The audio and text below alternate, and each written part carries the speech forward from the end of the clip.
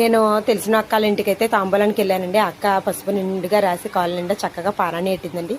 ఎంతమంది వచ్చారో అంతమందికి కూడా చాలా బాగా రాసింది.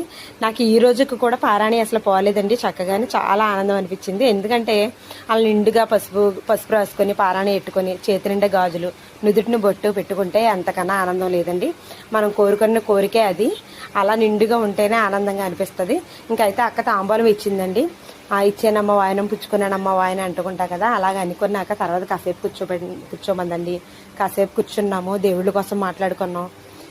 కామాక్షి అమ్మవారి దీపం పెట్టుకోమ్మ చాలా బాగుంటుందని చెప్పిందండి. ఎవరన్నా చెప్తే నాకు దాని మీదకి అలా అవుతూ ఉంటుంది. వాళ్ళు మంచి చెప్పారో చెడ్డ చెప్పారో తర్వాత సంగతి అండి. ఏదైనా మన మంచిగా చెప్తారు అని నా ఫీలింగ్ అనుకుంటాను నేను ఎవరైనా చెప్తేని. కామాక్షి అమ్మవారి దీపం అయితే కొనుక్కోవాలండి ఒకటి. అక్కడ చూడగానే నాకు అదే అనిపించింది, అబ్బా కామాక్షి అమ్మవారి దీపం పెట్టుకోవాలని. సాయంత్రం పూట పెట్టుకుంటే చాలా మంచిదంటండి. ఇంకా కొనుక్కోవాలి. ఓ రోజు వెళ్ళి కామాక్షి దీపం కూడా కొనుక్కోవచ్చు. అమ్మవారిని అలా అక్క ఇలా అలంకరించుకుందండి. నాకు చాలా ఆనందం అనిపించింది నిజంగానే.